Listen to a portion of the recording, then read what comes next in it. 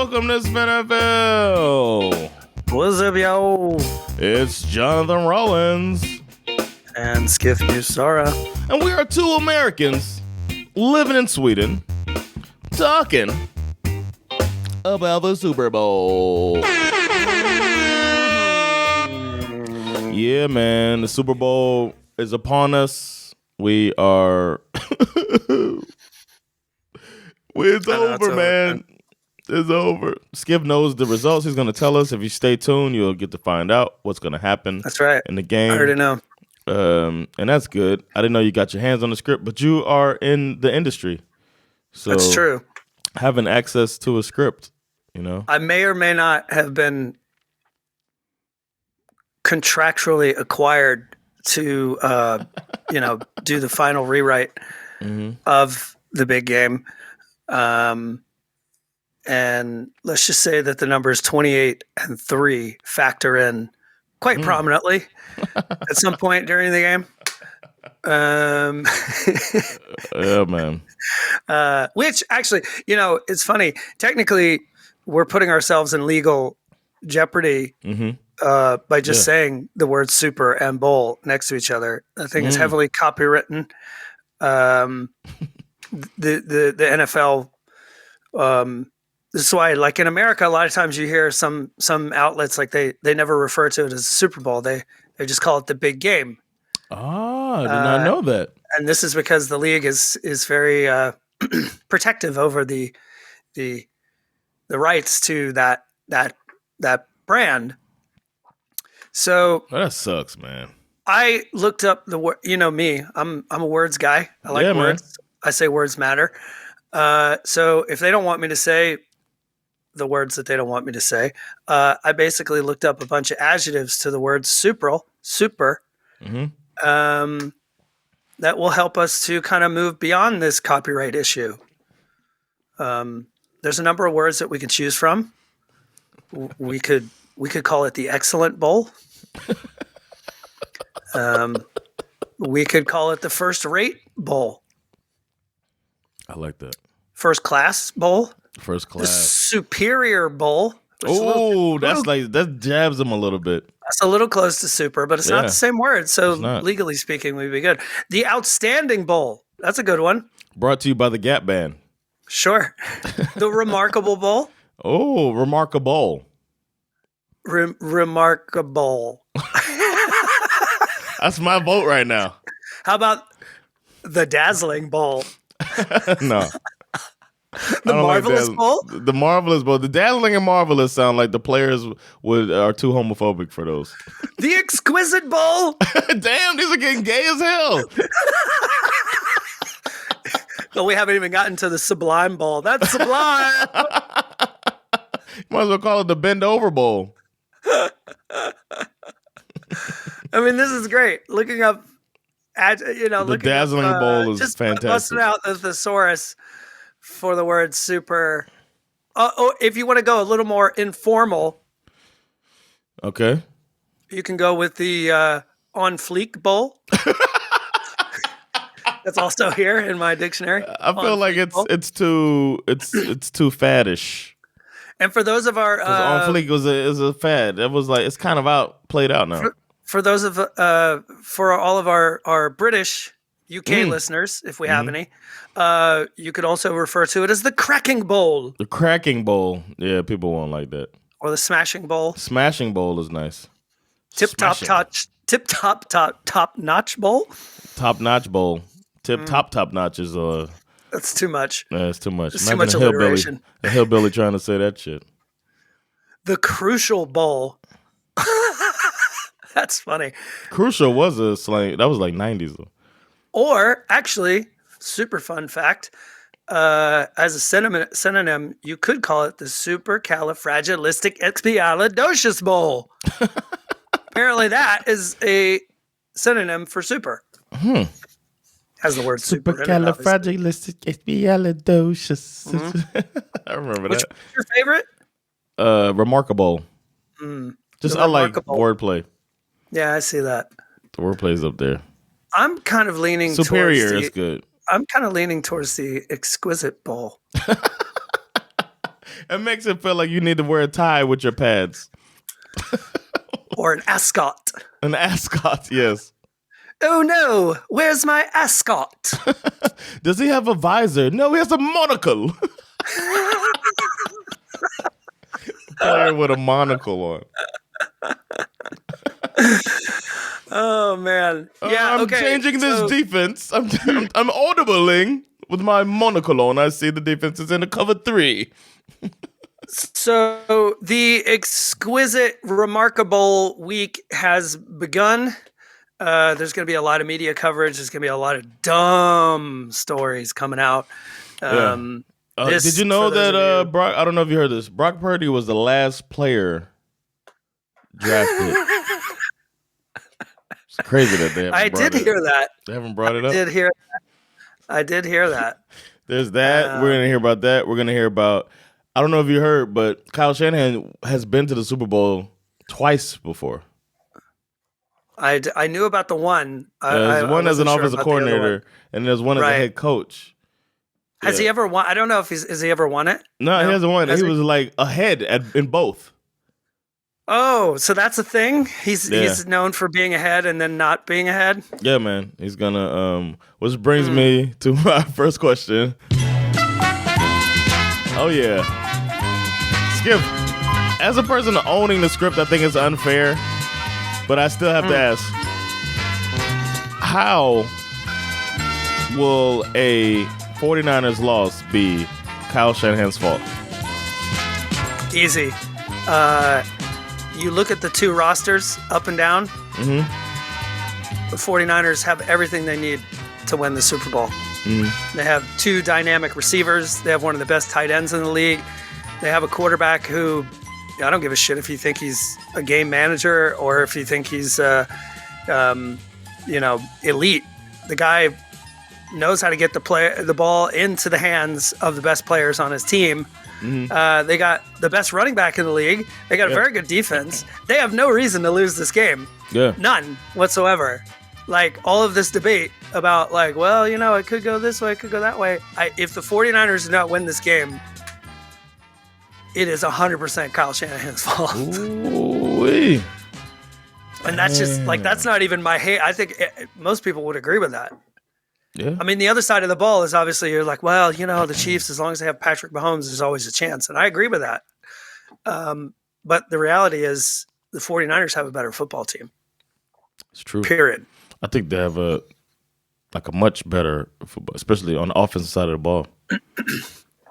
Yeah. But the defense has been faltering a little bit. It's not the same defense that was under DeMeco Ryans. They do have a very experienced defensive coach, but lately, man, teams have been getting chunk plays on them. Yeah, we can dive into some of that stuff towards the end when we start to sort of motivate who we think we want to pick to win this game. Yeah. But first, we got a couple of weird stories out here. First one's not that weird, but CBS will, oddly enough, be rooting for the kicker to hit the upright on Super Bowl Sunday so that they can maximize their new little toy that they came up with. This year will be the first time we, as an audience, will be introduced to the Doink Cam. Each upright will have 3 cameras apiece, so they will be able to capture the field goal and the extra points from, like, completely new and different angles. So they've embedded cameras inside of the uprights. Oh, it's just what I wanted, man. I know. This is one. I don't know if people heard our Christmas wish list episode. The fuck are they doing, man? I don't know. It's not like this was something that just like, man, we can't tell if it was made or not. It's like, I know. Oh man. I think it's kind of funny, especially at a time when kickers are just like, it just feels like they're trying to phase these guys out of the game, and now we're sticking cameras in the uprights. It's like, what are we doing? So it's in the upright. It's not going to be attached to the upright at all, right? It's inside of the pipe. Almost like the goalpost thing. I mean, what's it called? The pylon. Exactly. Not have the pylon. Correct. So it's inside of it. Somebody got a raise who had that meeting with the NFL and talked them into spending that money on having these put into the phased in and now talked about. The big college team's probably going to add. They made their company some money, man. I think they already tested it in the college game, of course. Oh, I see. I think they tested it in a preseason game as well. But yeah, CBS tested it because yeah, I think so. It's a CBS thing. I think I like. To be fair, I'm down with the pylon cam. I think it's kind of cool. Yeah, I especially like when they run and into the pylon. And they use it a lot. They use it a lot because they have to see if the guy made it's usable. But for the kick, it's not like we're like, oh, was that kick made or not? I trust the refs to look up and say, no, that was outside. That was. You're 100% correct. The pylon cam has become like more than a toy. Like it's a very important instrument. It's a tool. Look at the Zay Flowers. Yep, that's true. To find out if that's a fumble or not, or many plays, countless plays. That was how we knew he didn't break the play, and you're 100% right. Yeah, man. Yeah. Man, they should have been in the goddamn. This should have been a Ravens-Lions game, man. I know. How much fun would it be? How much more fun would it be if we were talking about Ravens versus Lions? I agree. Well, one of the things that we would not have to talk about if it was Ravens-Lions was the new Super Bowl conspiracy claiming that Super Bowl Taylor Swift, Joe Biden is like some kind of like psyop campaign, according to Fox News and right-wing Looney Tunes.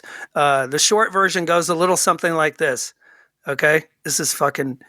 Due to the Travis Kelce and Taylor Swift relationship, the Democrats have entered into a secret agreement to pave the way for the Chiefs to participate in the Super Bowl so that when they win, Taylor Swift can go down on the field, kiss her boyfriend, and with all the eyes and the cameras of the world focused on her, she will then express her support and offer her endorsement for the Joe Biden re-election campaign. Some have even taken the insanity up another level, going all the way back to the beginning, suggesting that the Kelce-Swift relationship has been a fake false flag operation from the beginning. This is obviously dumb on many levels. For those of you who don't know, Taylor Swift already endorsed Joe Biden in the last election. Yeah. So, just because endorsing Joe Biden is not the same as like she's a covert agent. Okay, it's not the same thing. These two are not. They're not. Yeah, they're not the same. Okay. And so also, stupid. It's such an elaborate plan to suggest. I mean, you're basically suggesting that there's like a high level of competency from the U.S. government that I'm not sure that they're really capable of. You know what I mean? It's really, they're not this clever. I don't think. I was watching a stand-up special. I forget the guy's name. But our friend Martin told me that he was like, it's the best stand-up special from last year. And some guy that it's just on YouTube. This guy's special. I wish I remembered his name so I could shout him out. But in the special, he talked about conspiracy theorists and the conspiracy theories, and the one that he's talking about, like the 9/11 one.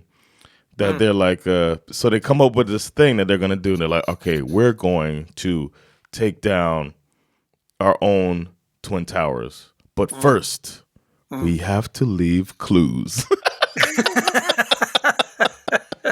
We need to make it where if you fold a dollar bill, it tells people, it's such a good point. Like, they're going to do this and then leave clues for everybody. I was like, I never heard that before. It was hilarious. I wish I knew. It is pretty funny. The funniest thing that came out around this was I was watching this clip from Fox News. It was hilarious. And they were literally talking to Taylor Swift on Fox News saying, you shouldn't get involved in this election. It's like, what are you people doing? But like this one guy piped in. Yeah, exactly. But this one guy pipes in and says, hey, you know what? Maybe this isn't a big deal. Sure.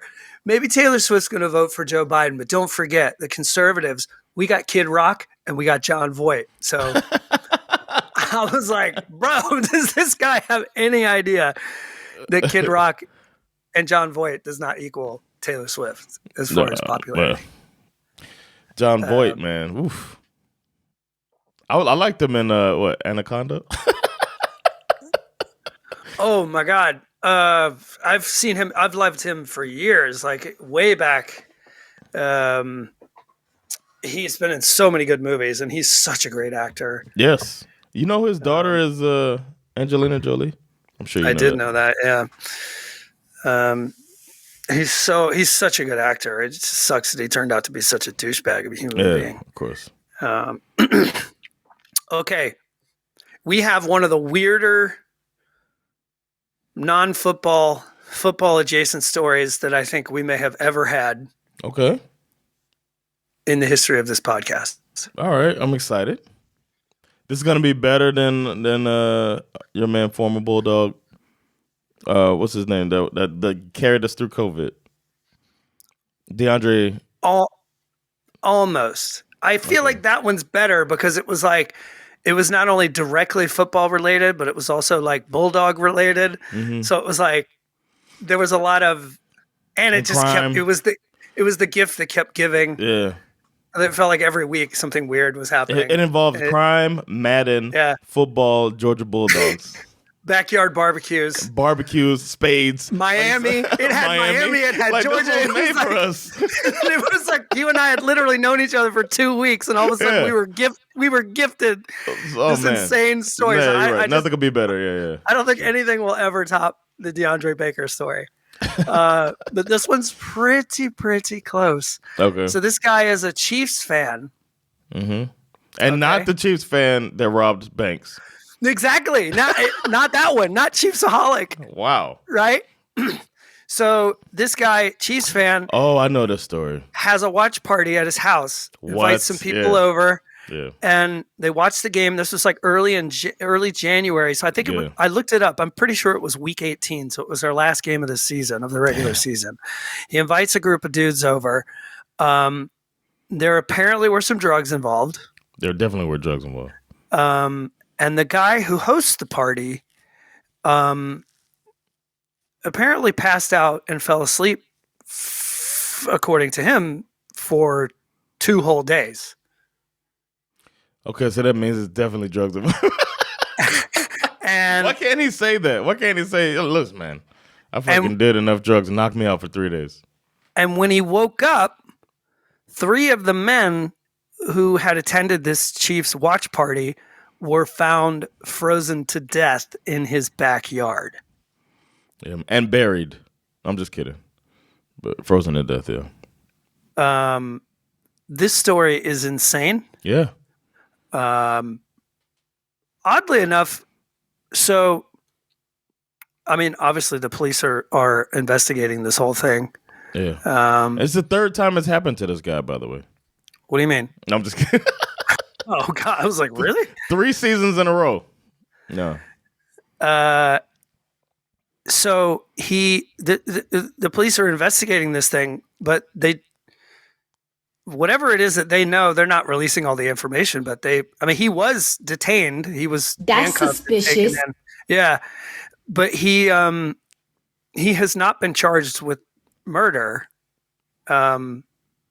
So it appears, it appears that everybody just got shit-faced and he passed out, and maybe, I don't know what these guys did, but they did some drugs that made them disregard the cold. And then the police are saying there's no foul play.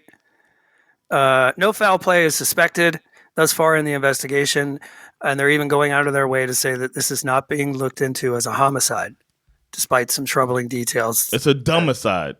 It may be. That's what happened. They got messed up, and it's too bad it was cold outside. That's why you got to be from Florida. If you do shit like this, you do it in Florida, man. You're not gonna freeze to death. You might get bitten by an alligator while you sleep. And then, obviously, a few days later, the toxicology reports came back and indicated that there was cocaine and fentanyl. Oh, well, that's what happened in their system. Damn. Listen, man, those of you out there listening to this podcast, don't mix fentanyl with anything. Don't take fentanyl. Is it nil or no? Fentanyl. Fentanyl. Don't take fentanyl. Just don't do it. whatever the high is, do heroin. I don't know what just do heroin instead. If you're gonna mess around with something that's gonna be a downer, do heroin instead of fentanyl. I haven't heard any positive thing about fentanyl. Why are people doing this? Yeah, I don't know. It's nil. I don't know. It's fentanyl. Fentanyl. With a Y. It's a potent synthetic opioid drug. Like potent synthetic. Right. But they're never gonna take it off the market. Never crosses their mind to take it, this drug that's created by drug companies. Don't get me started on that shit, man. I mean, yeah, exactly. It's a crazy story. And again, here we are twice in 1 year. We've got some crazy Chiefs story. I mean, Chiefsaholic, clearly. I'm curious, why somebody should be interviewing him before the big game, see what he's up to. I know he's probably in jail, but I just fentanyl came up and I saw who created fentanyl. This Dr. Paul Jansen created it in 1959. It's a potent analgesic that is almost, get this, 100 times stronger than morphine. The use of fentanyl as a pain reliever and anesthetic was adopted in the medical setting. So it's an anesthetic, knock these dudes out. Why would you mix that with cocaine? Apparently it's cheap. It's not cheaper than baking soda. True. It's not cheaper than baking powder. Listen, everybody, don't mix your drugs if you're going to do drugs. If you're going to take the chance on and doing drugs, don't mix the shit. That shit is fucked up, dude. Like, the last time I was home,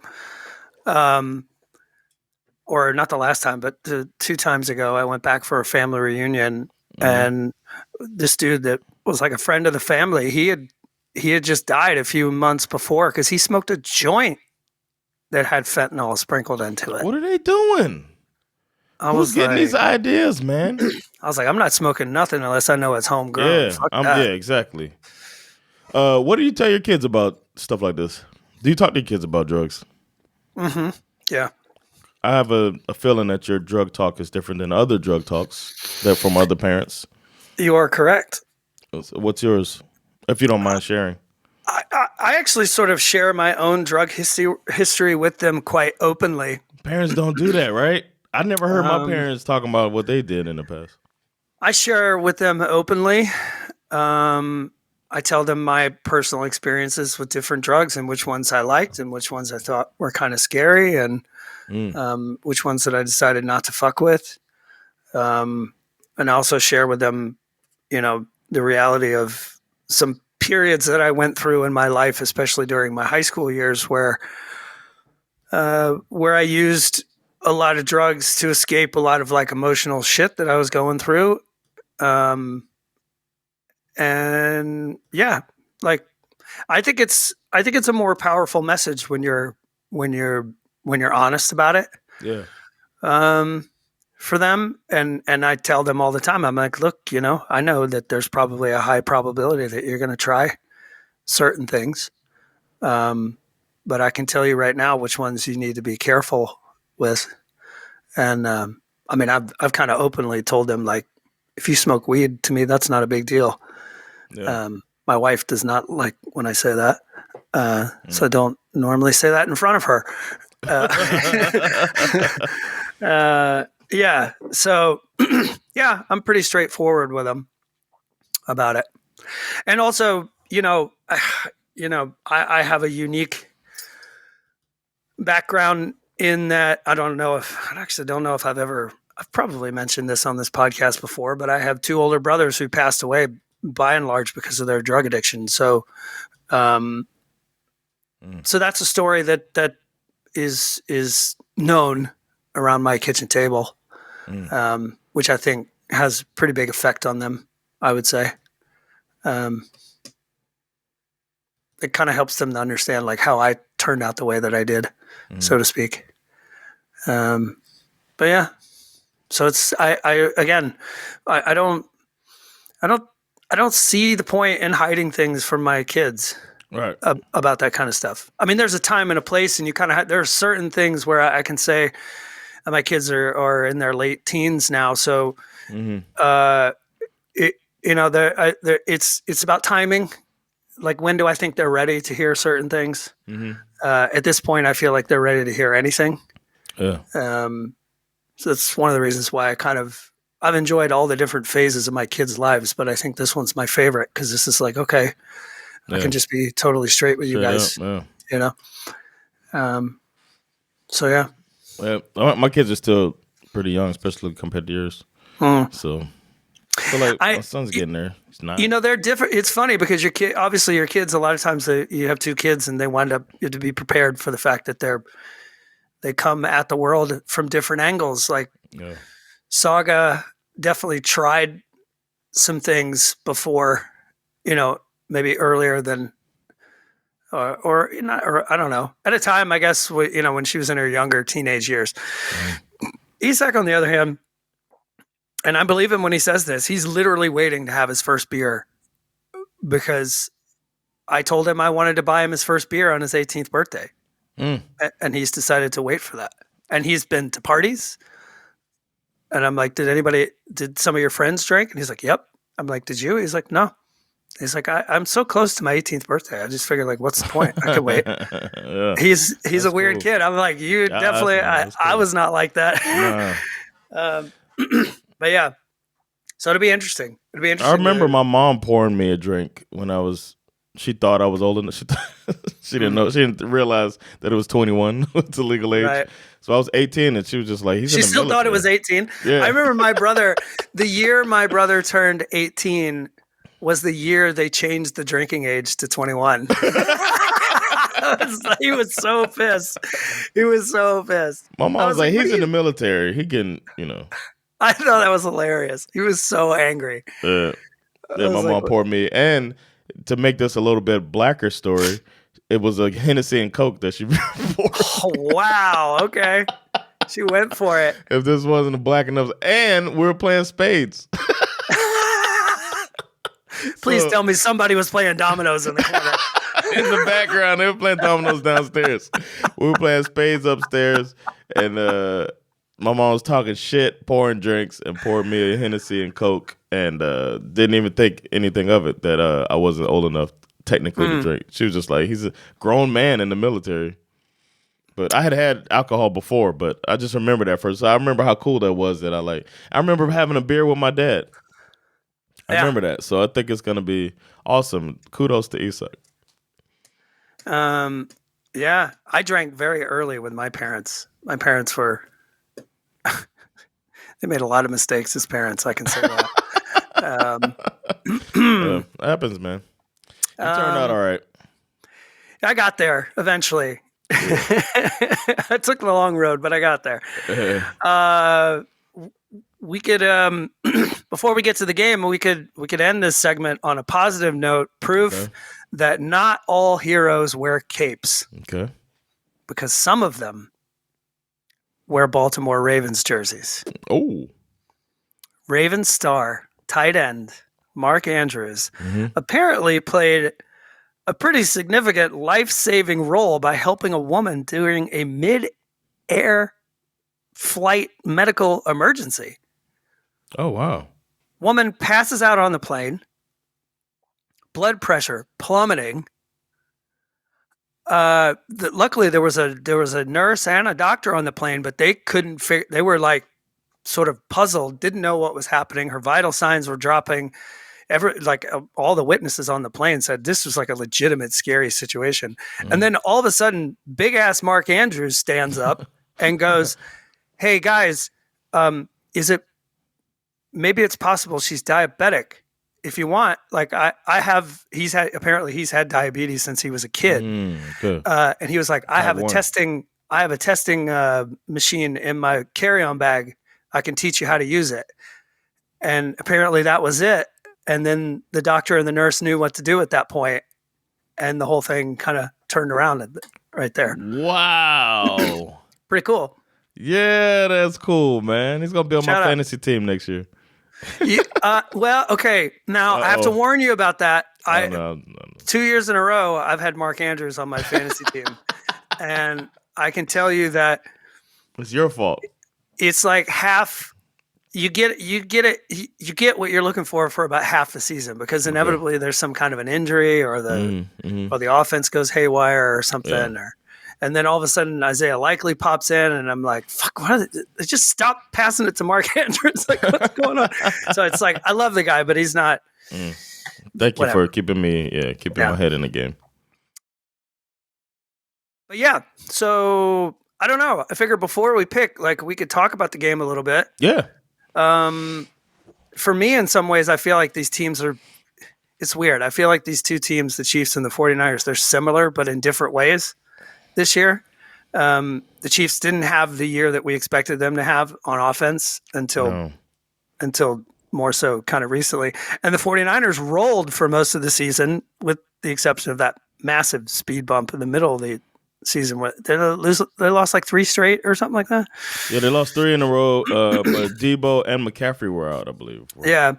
And even their playoff wins, the 49ers, to get to the Super Bowl, have been less than convincing. I'm not sure who's responsible for that, but I don't know. We'll see. Some things are just some things just can't be known. I don't know. What do you think about these two teams in general?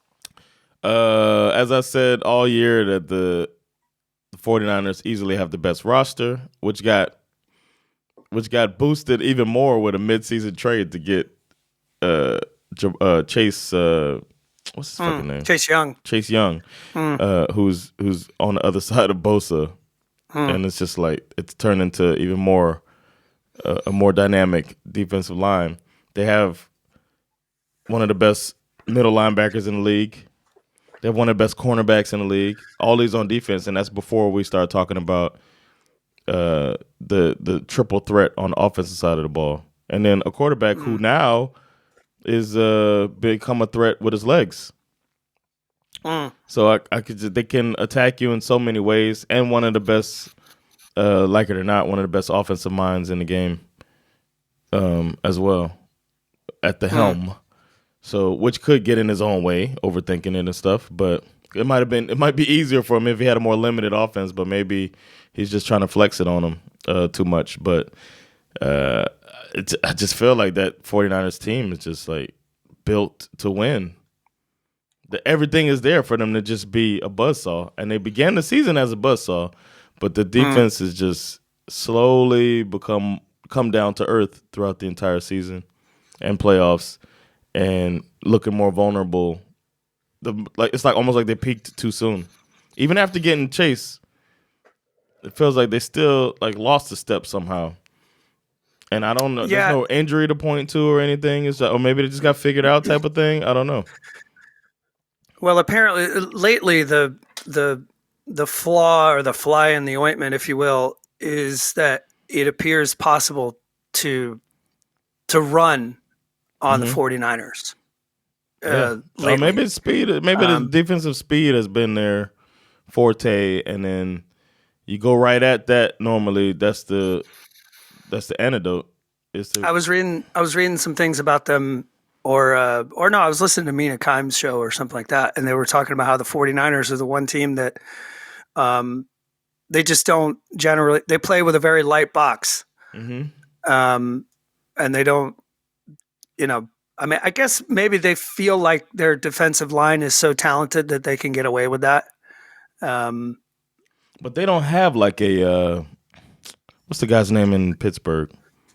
Fucking behemoth of a guy. They don't have one of those. They don't have a nose tackle. Right. I can't remember that guy's name, man. But some of the teams have that one nose tackle.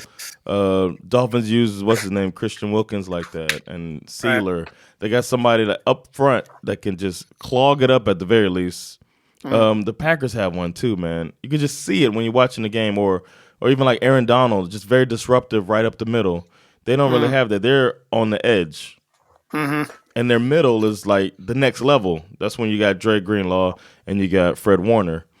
But if you get there, then you've already got 3-4 yards once you get to those guys. So that could be that's their vulnerability. And it was funny because, like, I mean, obviously we can sit here and with hindsight and say that obviously the 49ers beat the Lions. But I remember before that game even started, people were predicting the Lions, who love to throw the ball across the middle, that they were probably going to have a rough day because the 49ers have these two great linebackers hanging out in the middle who are going to fuck that shit up. And they did not do that. Certainly not in the first half. You know what I mean? Yep. I was thinking about that too. I'm glad you brought that up because the Lions also have the best offensive line in football. Right. And they can run that ball, and they're the best play action team in the league. Yeah. So a lot of that action before the pass opened up the middle. Jared Goff being so good with the play action of where you got to look for Gibbs or you got to look for what's the other guy? Amon-Ra. No, I mean the other running back. Oh, Montgomery. Look for them. You got to watch for them, and now you're a step behind on one of the best, receivers and tight ends across the middle in the league is Amon-Ra St. Brown and Laporta. Yeah. So their offense is built to set that up, and it worked because their responsibility, because there's no big defensive tackle that they have to worry about that more. Right. But that means Kelsey, look for him to have a big day then. Yeah. And also, the Chiefs have had a fairly decent offensive line this year. I think they're going to be without one of their key pieces. What's his name? Joe Tooney is not going to play. He out? He's out. But that being said, Mahomes is clearly the best quarterback in the league when it comes to especially just avoiding pressure. There just aren't a lot of quarterbacks who are as good as he is at resetting the pocket and avoiding a sack. But the one of the Super Bowls that he lost, he's only lost one. The one Super Bowl he lost, they went in undermanned. It was because he was running for his life, for sure, 100%. Offensive line was messed up. They were missing like 3 though that game, and then they just got demolished. And he was making some great passes too, and just people had to make tough catches. I don't know how much to make of this, but I'm actually a little concerned about the Kadarius Toney situation. Yeah. So obviously there's been a bit of a controversy in that, Kadarius Toney has just been an absolute nightmare for them all year. He did have an injury at one point, but then it seemed to be clear that the Chiefs were pretending that he was still injured, even though he wasn't still injured, just to save his reputation, I guess. But then apparently Kadarius Toney piped off on Instagram saying I shouldn't be on the injury report because I'm not injured. So it became quite clear that he was kind of a healthy scratch. And now that is kind of out in the public sphere, I'm a little worried that the Chiefs are going to put him on the field. I'm a little worried they're going to put him out there just to save face, and he's going to do something stupid again. Or he'll be conscious of it and not fuck up. Or and then the other end up being a redemption story. And that's the weird thing with the Chiefs. The guy who you think might be the biggest problem on the field might be the MVP. You know what I mean? Yep. He caught a touchdown in the Super Bowl last year, running the wrong route. Oddly enough. But didn't Mahomes see it we're gonna run this no matter what? This is gonna work. Yeah, so just fucking stay over there. You're in the wrong place. I forgot about that. That was him. Yeah. It was funny. I'm completely over this whole Mahomes versus Purdy debate. The future GOAT versus Mr. Irrelevant. Is he elite or is it? They're putting too much. Putting too much into this. Even Cam Newton has chimed in. Have you heard what he had to say about Purdy? He's been talking shit about Purdy all year. He's right. He is he's right. annoying, but he's right. He said Purdy is not even the 10th best player on his own team. That's true. Which may be true, but I'm just not sure that a quarterback who, what did he have? 3 double-digit win seasons? Is this really the guy that needs to be? He was a league MVP, Skiff. Once. I looked up his career. He literally won more than 10 games 3 times his whole career. all the other years. Can you name a Carolina Panthers receiver that was dope that he had besides Steve Smith? Well, I was gonna say Steve Smith, but he won't let me say Steve Smith. I'm saying it's not like he had ballers around him. He was carrying that team, man. Of course he was. I mean, he can talk. He can talk. Yeah. He's also the peak of what Josh Allen will be. So that's a good point. He also said that he was on Good Morning Football about a week or two ago, and they asked him if he would ever come back into the league, and he said, at this point, the only team I'm willing to play for is the Falcons. I was like, Ooh. No thanks. No thank you. No thanks. No thanks. But no thanks. Yeah, I don't. It's funny. It's like it's always hard. I feel like we say it all the time, but it's like it's so hard in a game like this to doubt Patrick Mahomes. Yeah, even though. You'd be mad at yourself if you do. It's like, all right, they don't, it feels like my brain is telling me that he's outmatched. Last week told us a lot. Last week they should have. It's like, okay, they're gonna lose this game, and then they go in there like gangbusters in that first half. However, they did not score in the second half. The offense did not score. The team didn't score in the second half. But that tells you it's good ass defense. I mean, there are so many. They didn't face the 49ers offense, though. There are so many reasons to compare this Chiefs team or this era of Chiefs football to the Patriots, right? The first one. The first Patriots installation where they won with the field goal kicker, Vinatieri. They just had to get in field goal range. That's all we need. Defense will take care of it. This isn't that 07 Patriots team that's just going to fucking blow you off the field. Right. And only lose one game all year, which was the Super Bowl. Right. But this is that early Patriots that's like grimy, gritty, fucking good luck. It's all coaching and not making mistakes and do your job football.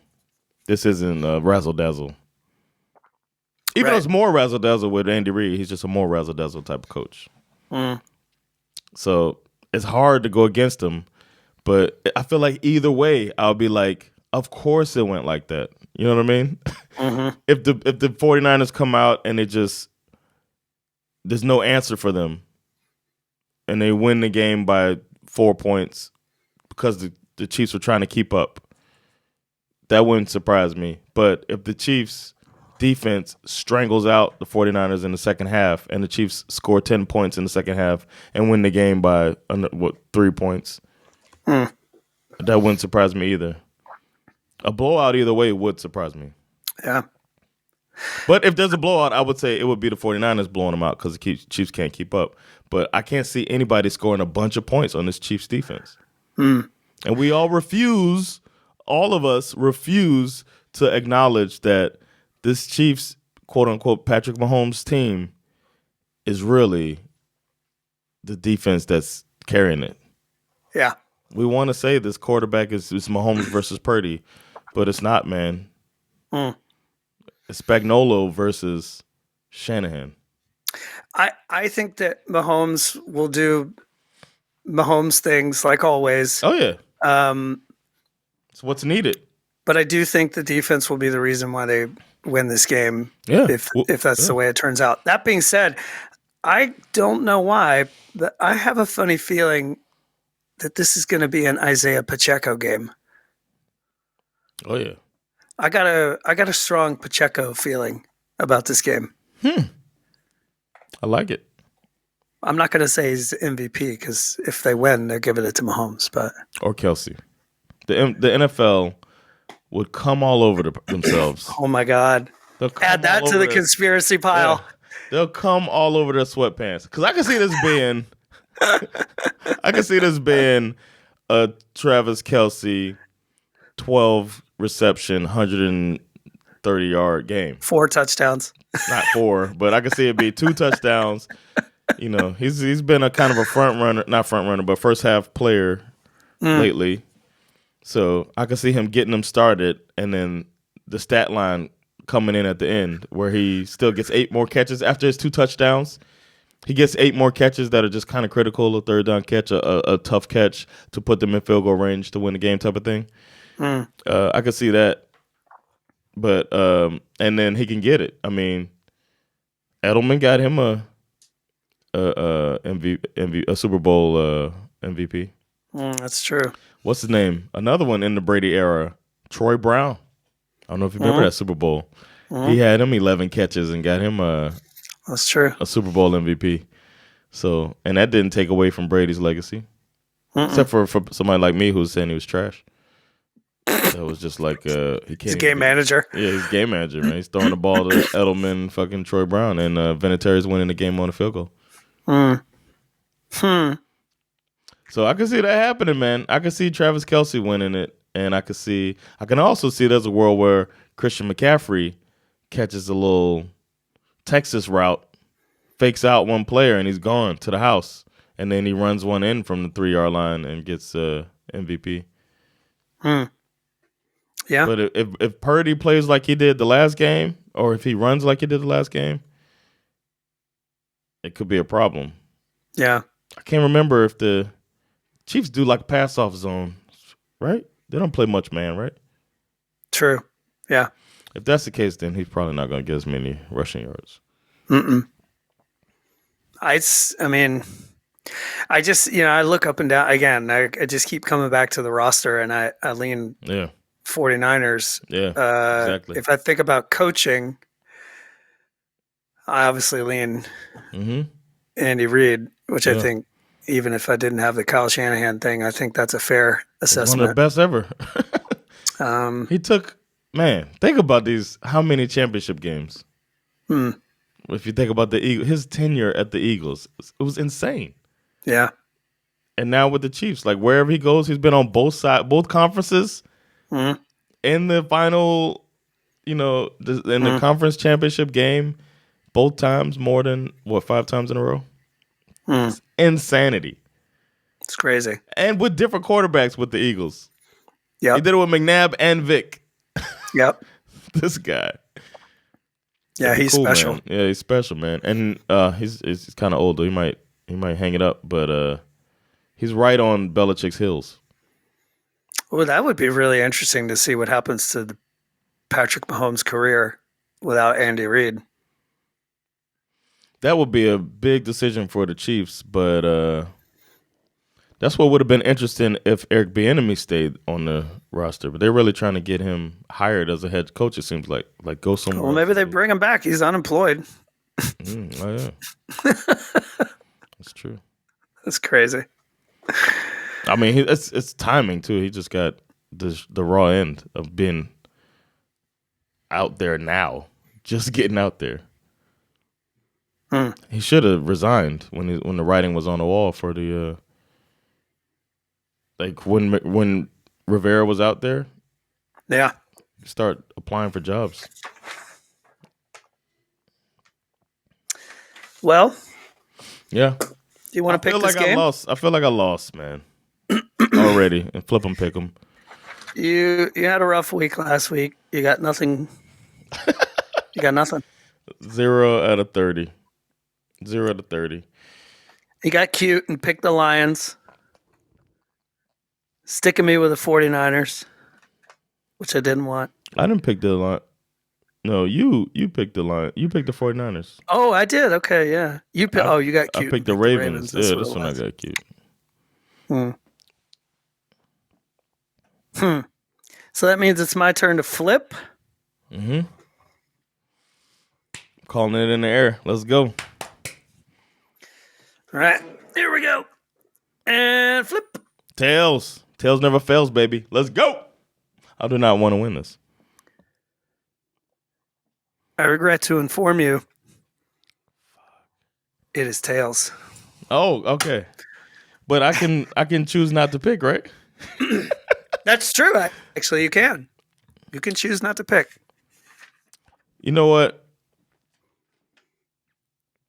I feel like I'm going to choose not to pick because I feel the poetic justice of you picking against the 49ers and then them winning. And then that being why I won. Feels good. It's a storyline that I'm here for. Just so I could just ask you, like, why you did it. This is some like reverse psychology over here. I love it.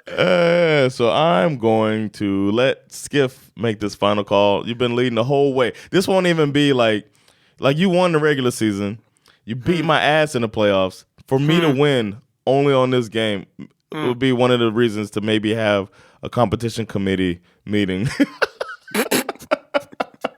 after this. So go ahead, man. Skip, what do you think is going to happen?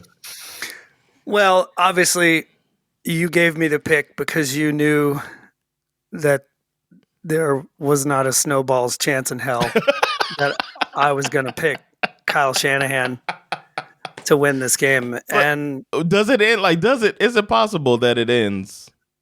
Like, if Shanahan wins the Super Bowl, could your hate end? No. Could it be that this guy outgrew that stigma of the coach that can't do it in your eyes? No, because he's got the best roster. Whatever he does at this point is irrelevant to the harm that he caused my Falcons. Right, but picking against him is not. You're not picking for the hope. Okay, all right. You can't. You can't remove the heart from it. No. Okay. And if I can say this, like I could adjust my take on I've said this many times before. I think Kyle Shanahan is a good football coach. Okay. I've never said he's a bad coach, but I would argue that, he's too, how do we say it down south? He's too big for his britches. Oh, that's just what I was thinking. Too big. You know what I mean? Yeah. He's too big for his britches. In a big spot, he thinks he knows what he's doing, and he fucking steps on his own dick. So I predict that will continue. I'm not predicting another double-digit collapse. Okay. But what I am predicting is that the Chiefs will win this football game. And I think they will win it. I think they're going to win it comfortably. I don't think it's necessarily going to be a blowout, but I do think the final score will be 28-13. 28-13. I think we're going to see multiple turnovers from the 49ers. We're going to see at least one fumble and maybe 2 picks. Okay. And it's going to prevent them from putting points on the board. Chiefs defense is going to stand up. They'll give them a touchdown and a couple of field goals, and that's about it. Wow. Well, so I get the favorite. What do you? I don't know why I just decided 28-13, but that's that's got a beat down. What do you think the score is going to be? That's a beat down, bro. Yeah. Losing by 2 touchdowns. I'm going to say, you know what? I think that's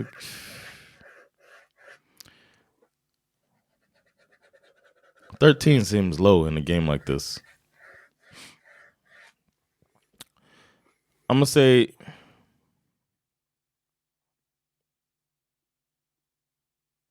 28-23. So I'm keeping the 28, but I'm going 23. You know 49ers. What? No, 17. 17-24. 49ers.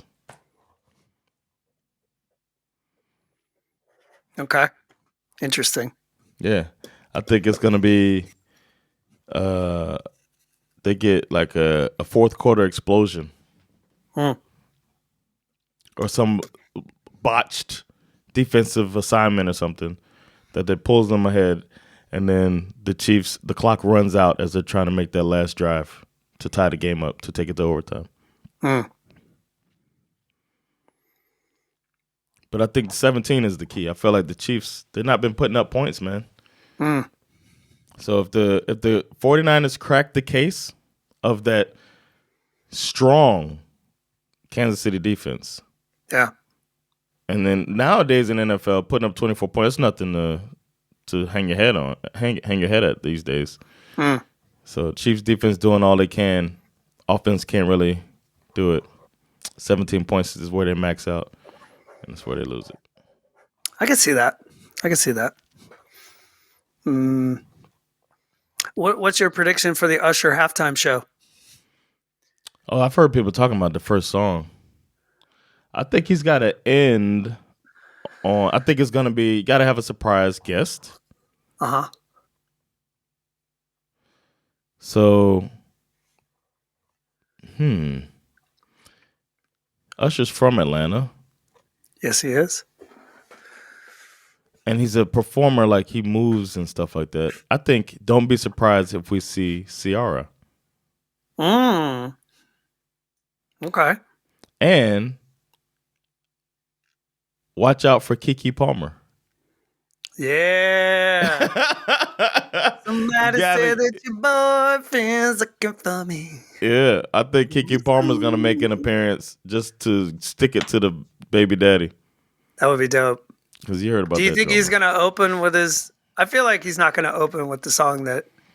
Yeah. He can't open with yeah. That's ain't close. You got to close maybe with that, right? Close with yeah.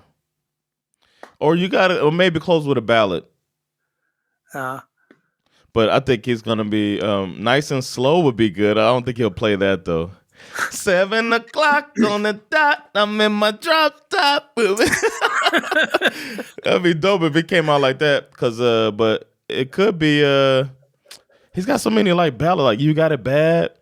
He got to have some tempo when it comes out. So it might be something like You Remind Me. What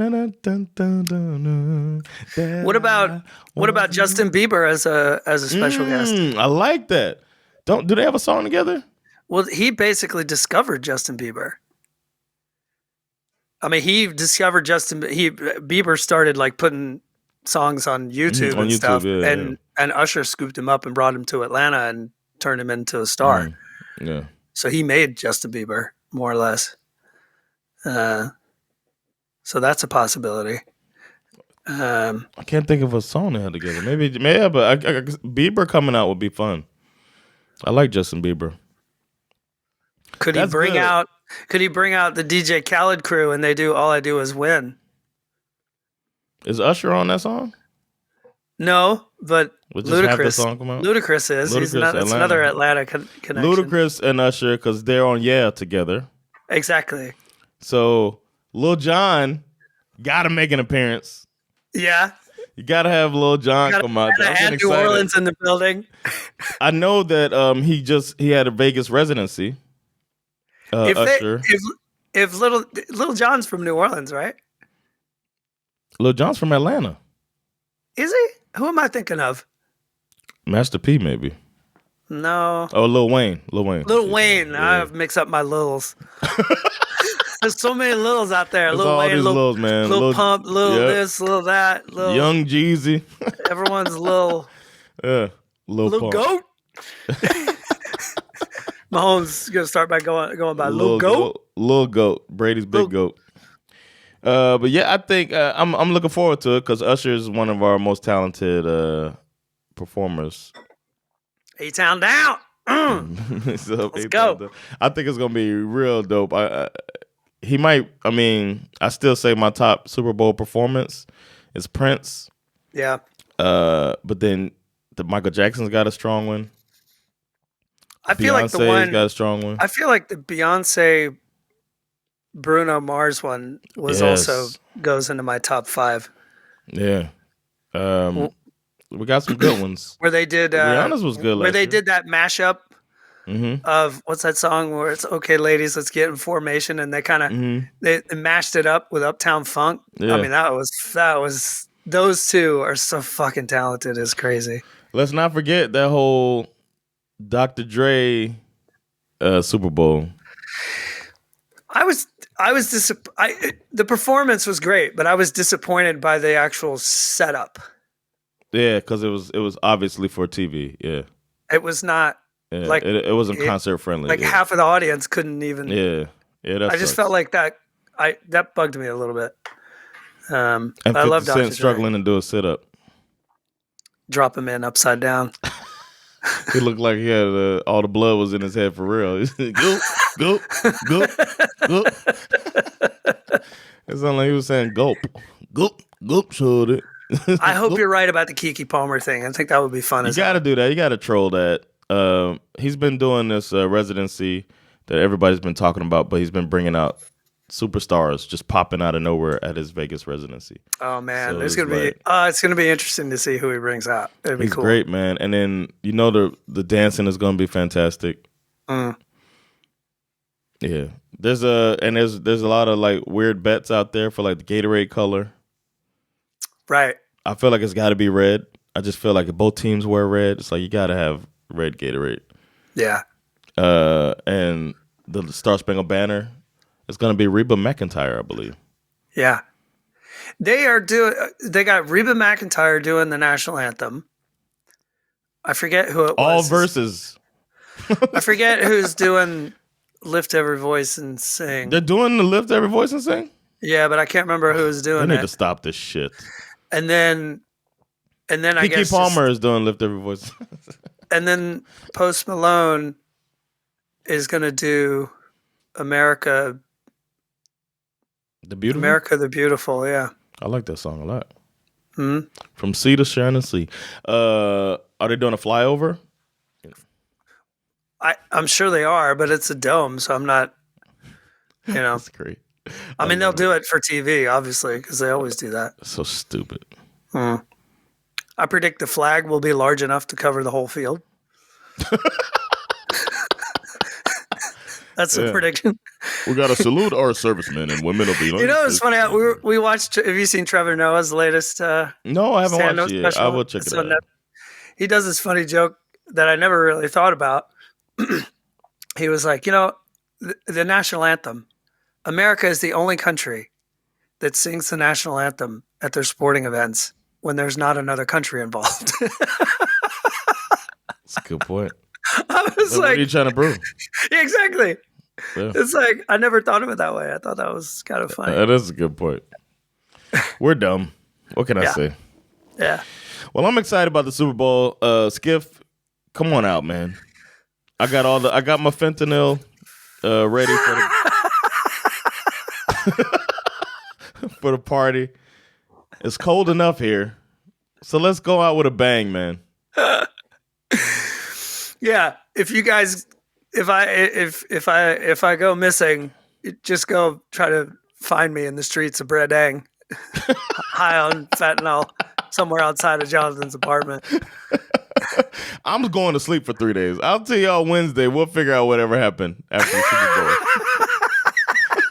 It's crazy. He's like, oh man, I missed work for 2 days. Wakes up late for work and he's got that report that was due on Monday. Yeah. Why are there 3 people dead? It's Wednesday. Like, you're not shocked that it's Wednesday? Crazy. As you do. Slept for 3 days. As you do. Mm-hmm. All right, man. This has been fun, man. I get sad because it's almost the end. It's almost mock draft season, baby. Let's go.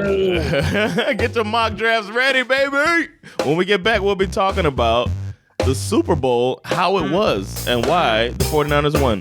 It's been Jonathan Rollins. All right, Kyle Shanahan's fault. With SveNFL. Peace. Later, y'all.